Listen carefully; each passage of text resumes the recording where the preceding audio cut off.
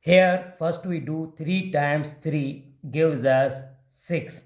Then 8 minus 2 gives us 6. Finally 6 times 6 gives us 36.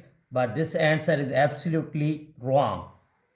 Because according to order of operation, first we do parenthesis, then exponent, then multiplication or division, finally addition or subtraction. Remember that in multiplication and division have equal priority. Always work from left to right. So first we do parenthesis. 8 minus 2 times 3 times 2 gives us 6. Now here subtraction and multiplication. We follow the PEMDAS rule. So we know that multiplications have higher priority than subtraction. So first we do multiplication.